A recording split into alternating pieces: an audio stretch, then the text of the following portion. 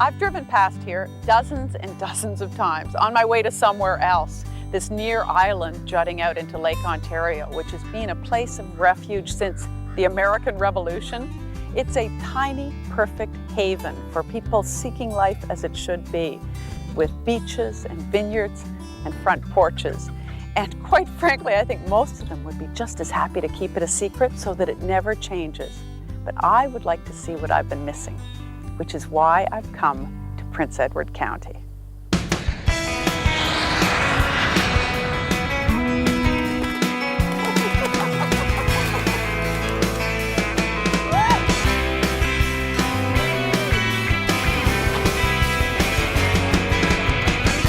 On by, come on.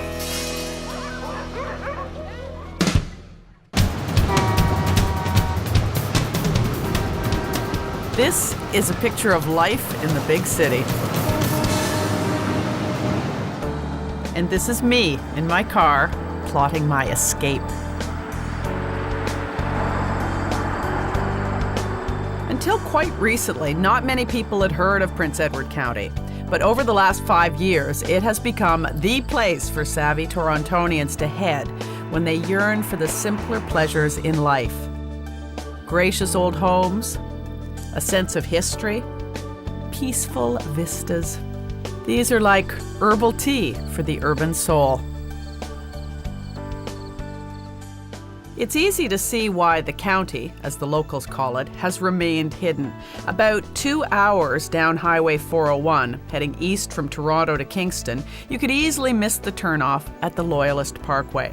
But if you take the road less traveled, winding through the little hamlets and towns of Hillier, Wellington, Bloomfield, and Picton, you'll find yourself in a bit of a time warp.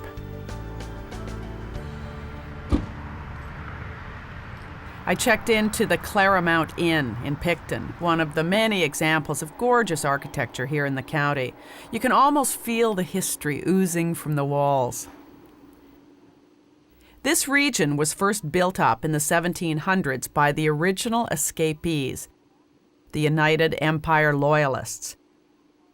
They fled here during the American Revolution. This is the oldest building in the county. It's called the Daniel Reynolds House. Reynolds was a fur trader or something, they're not quite sure, who came from New England in the late 1700s and got a grant to this land, had to sign it with an X, he couldn't write. The natives helped him build this great old fieldstone house, which was originally about 25 by 40 and housed their 9 children. And today, it's still in use as a private home. One of the big reasons why people are heading to the county is because of the fruit growing on these vines. What is so lovingly being tended to here are big, fat, juicy grapes. And local growers are betting that the soil which nurtures those vines will one day support a wine industry as successful as Niagara or the Okanagan. So the nets are to save the grapes from the birds? The nasty birds. Prince Edward County, we're on a migratory route, so there's tons and tons of birds. And you learned this the hard way. Yes, because they stole our crop. Out in the fields, famed actress Sonia Smits isn't worrying about her close-up. Thieving raccoons and juice-sucking wasps are bigger concerns. See, there's a dead wasp. You see? Yeah, no, it's not That'll learn him. I know, it's sad. You must see, it's a terrible death. But you have to take these things, cut them in half, put them upside down, fill them with things. Smits and her filmmaker husband, Seton McLean, have planted 17 acres of grapes here at Clawson Chase, their winery. So is this funny? Is he completely into this now? Is Seton McLean filmmaker? Is now Seton McLean winemaker? It's very funny. You know, the film festival's coming up, and we were just talking about, you know, a couple of years ago we had Nick Nolte sitting in our backyard with Neil Jordan of a film that, you know, Seton produced, and here it is, and now the film festival's coming up, and we're, you know, worried about the harvest and the wasps and the raccoons, and hope that the weather stays good. And so it's quite interesting. Why was it that anybody thought Prince Edward County would be such a great place to grow grapes and make wine? The short answer is the terroir, the environment that we're in, the limestone on top of clay. We only have about 6 inches of topsoil compared to, say, Niagara, where they've got about 7 feet of it. So the vines are stressed out more because they've got to put their roots down deeper to find water. and they don't put all of their energy into making leaves. They make their energy into putting down the roots, and that just results in a more complex, more mature wine. Sort of like actors, right? Stress, time, a little bit of a struggle enriches you. Makes you so deep and so good. This will be our Yeah. first harvest this year. Really? Yeah. Oh, fruity and yet reminiscent somehow of the county and the Hilliard clay. And the peanut brittle just leaps out at you. No, it's tasty. It's that peanut brittle aftertaste. That's yummy. That's very delicious. Okay, we're ready to go? Yep, I'm ready. 1, 2, 3. This is weird. This is one of the great ways to tour the vineyards of Prince Edward County. Rick Willing from the Bloomfield Bicycle Company took me out for a spin on a tandem bike. Feels like the Tour de France. You're just whooping along there, Rick. Yeah, we're probably doing about 30 kilometers per hour. Now, we've been talking about, how everyone escaped to the county and the rural escape. You're an escapee yourself, aren't you? Well, originally from the States, but I lived in Toronto until 1990. I've always loved bicycles, so I thought it would be a great idea to open a bicycle shop out here in the county. At the Bloomfield Bicycle Shop, Rick and his wife Katie have a thriving business. Their motto, television sucks, ride a bike. So this is a dream. Yeah, things have worked out really well for Katie and I. I don't think I'm ready for off-road tandem yet. Maybe next year. Maybe next year. When we return, moving to the county.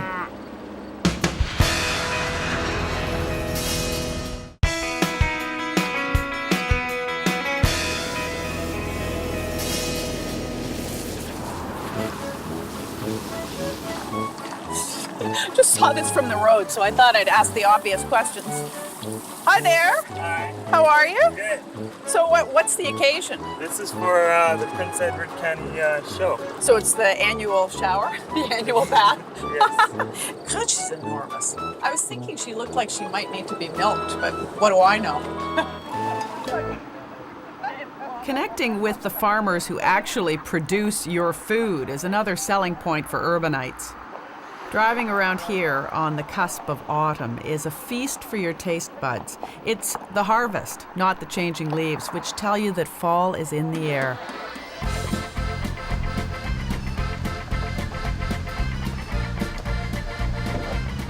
Down a country road, underneath a canopy of tall old trees, you'll find a farmer who can trace her local roots way back to those United Empire loyalists.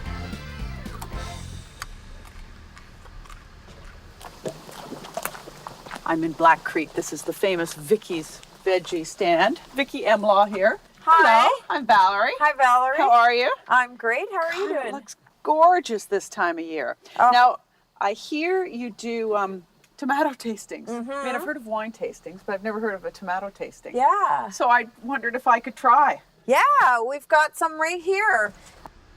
In fact, Vicky grows around 85 different varieties of tomatoes. These are all tomatoes? Yep, they're all tomatoes. That's weird looking, eh? That is a yellow striped Roman. That's what that's called. So when you do a tomato tasting, you just take a slice? Yep, just take a bite. Okay. Oh, take a bite. A bite or a slice, whatever you want.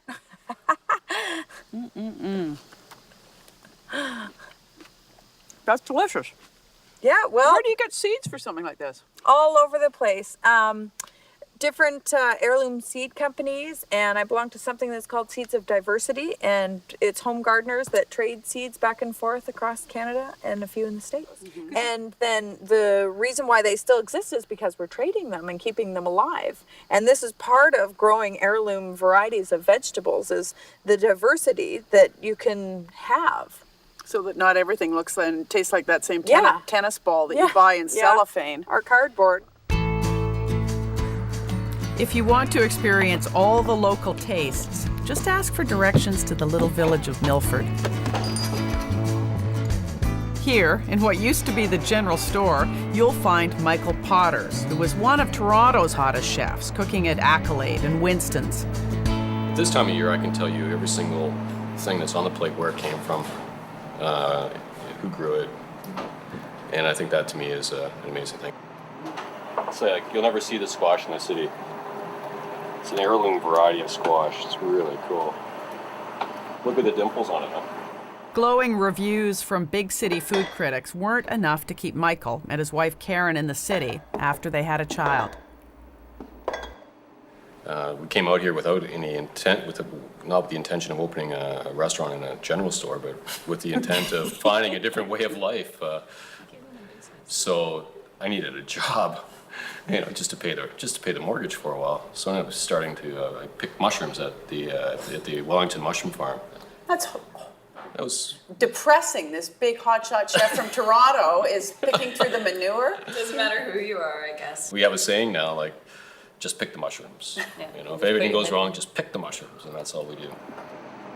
Luckily, Michael is cooking, not picking his food these days. The Milford Bistro is a big success, but those early hardships earned him the respect of the locals. And they say, "Oh yeah, well you're okay. Like you're one of the boys. Now you've been initiated into the county. You've earned You're it. not You've a earned it." loyalist, though. No. You're not a loyalist. So, I mean, will you ever be of the county if We'll you're never not be good county. old, That'll 9, take- 10 yeah. generation stock? Exactly. Even if we have a child here, that child will not be No. counting.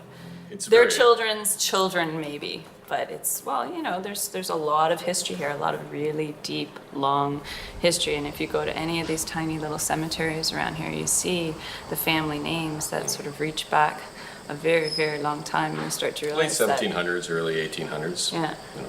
And we're definitely not county, but we're No. pretty happy to be considered local with a little L. This beautiful old stone loyalist house was built in 1837, and it belongs to the Howes family. It's in a lovely little town called Wapoose, which overlooks Lake Ontario. Now, they've been growing apples for generations in the orchards here, but since 1996, this has also become the home of the County Cider Company. Grant House makes around 90,000 liters and several varieties of cider every year. I tasted one or two. Yeah, the first one I'll give you is our original county cider. How alcoholic is this? This is about 6.5%. All our ciders run about 6.5%.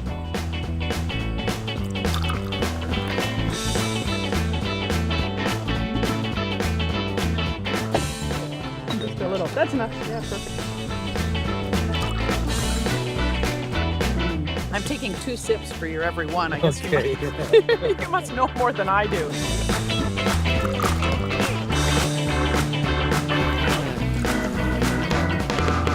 Don't worry, it's just like wine tasting. You never get more than just a little sip.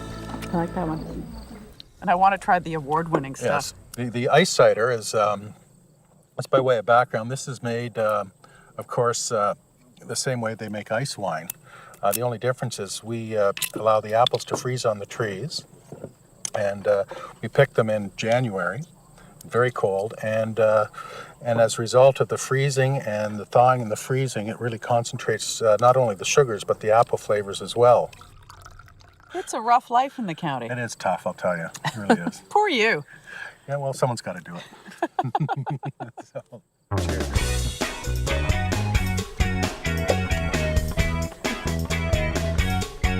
And just in case you think the county is all about eating and drinking, when we come back, it's time for a little action.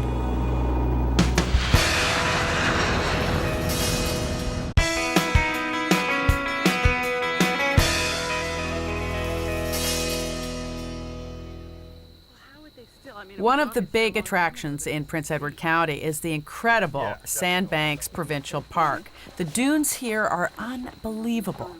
It's like your own little Hawaii here, right in Ontario. Of course, if you want to find out about the best places to go, you have to enlist the help of a local, like Ben Chalmers, who was lucky enough to spend his childhood here. Well, how did these sandbanks and dunes get here? Well, quite a few years ago, When the last glacier rolled through? the last great glacier rolled through. It's left a big sandbar. It's actually a 7-kilometer sandbar. Starts out at the Sandbanks Provincial Park, which is the outlet. It's about 3 kilometers of flat sand beach, which turns into a sand dune area, which runs another around 4 kilometers. Tallest one running around 190 feet. What's that island off the point out there? That there is Nicholson Island. It used to be home to the Queen for summer getaways. Come on, Queen Elizabeth had a cottage there? That's the folklore. Prince Charles, Diana, been out there one time till it. I think this is folklore. Are you sure? Well, you never know. There's another great local legend which says pirates sailed up the St. Lawrence and buried their treasure somewhere in these dunes. When I was growing up, we'd always come out with shovels and buckets and try and find it, but I think it was just a way to keep you busy. yeah, maybe.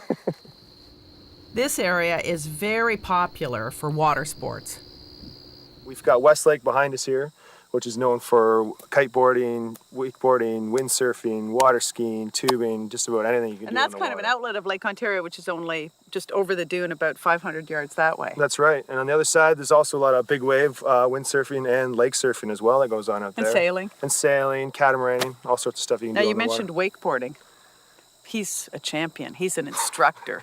He's a god of wakeboarding, which is becoming more popular. So will you give me a demonstration? Yeah, I'm going to show you a few moves. Can I? And I'll watch you from up here. Sounds Be good. a perfect vantage point.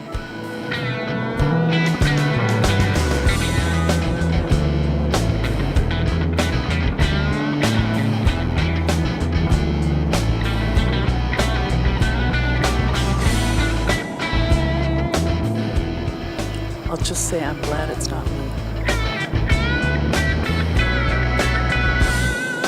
Now, if you watch the show regularly, you know that I'm game for just about anything, but I think this time I'm happy just to sit back and cheer Ben on.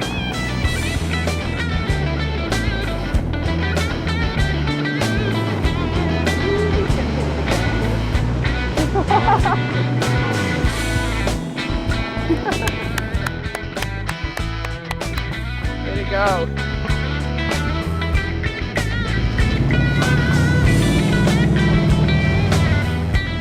Ben and his friends have even discovered a way to surf on an inland lake. Remember those yarns Ben spun for me? Everywhere I went, there was some fascinating bit of local lore. This is the beautiful and very mysterious lake on the mountain, which sits, and you can't really quite see it from here, but just over there, 62 meters down, is Lake Ontario. So where did this lake come from? They didn't know where the source of water was that kept it so full. To the Mohawk people, it was a sacred place. They called it the Lake of the Gods.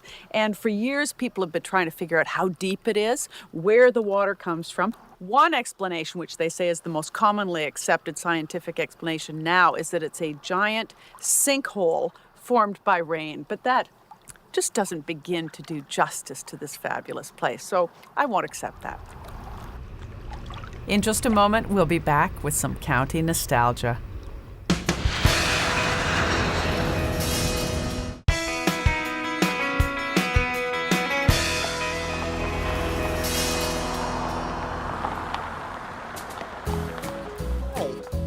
Hi there, how are you? Tonight? Just fine.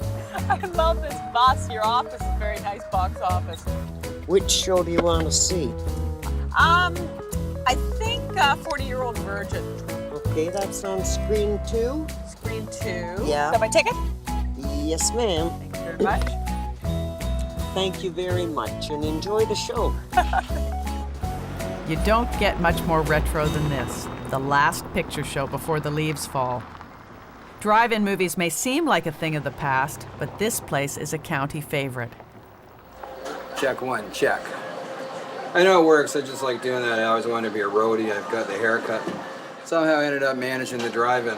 Which is a nice way of saying my name is Paul, I'll be your owner tonight. Thanks for coming to the last carload of the season. You know what, you're gonna honk anyway, so let's get it out of the way at the beginning of the night. So if you would now, honk, flash your lights, make some noise, and we'll get this thing started.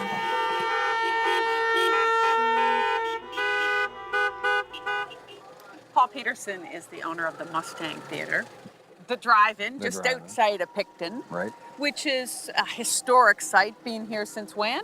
1956. I don't even remember the last time. I don't actually even know if I was at a drive-in. It's an experience I think you've had, but Sure. they've been gone for so long. A lot of them have, but they're coming back, and the ones that are getting stronger. Hey, can we go in the concession Yeah, stand? let's do that. Well, on a really big night, how many people might you get here? Our busiest night this year, 1,100. You're kidding. No, I was packed. Cars in the fields, and can we get you a popcorn? Oh, that's lovely. Michelle? Small, please. No butter. No butter? Look at all these great old candies. And fudge. Homemade fudge. My wife makes it all. Your wife makes the fudge? Oh, Yep. that's so cute. No, I hate the stuff. You can't hate popcorn and run a movie theater. Well, I like the markup. There is a very real nostalgia. People have a lot of great memories of the drive-in. But it's sort of the classic good old days. Wasn't that fun? Hanging out, necking, whatever. Whatever. Yep. Well, our motto used to be cheap room for the night, but we've cleaned that up since. Yes, I see it's a real family show. I'm not gonna pay some fool $15 a foot to build a room to sew in. You can sew. You couldn't ask for a more perfect retreat, either permanent or temporary, than the county. A still point in the turning world, as T.S. Eliot might write. Or if you were Van Morrison, you would sing about where the world keeps standing still.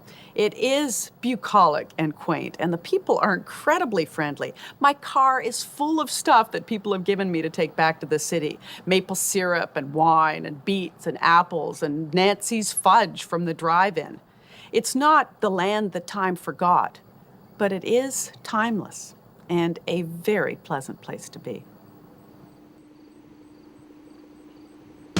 Hi, Valerie. Hey, Crystal, I'm back again, but I've forgotten my e-ticket, and am I in your computer? Well, are you going to Head Smashed in Buffalo Joe? No, we did Alberta. It was awesome. Okay. How about Whistler? No, been to Whistler. Went in the winter. It was gorgeous. Anyway, you know what? I think it's La Malbaie, Charlevoix outside. I'd be maybe under Quebec City. All right, let me look for you. Yes, here you are. Perfect. Yeah, and let me check you in then.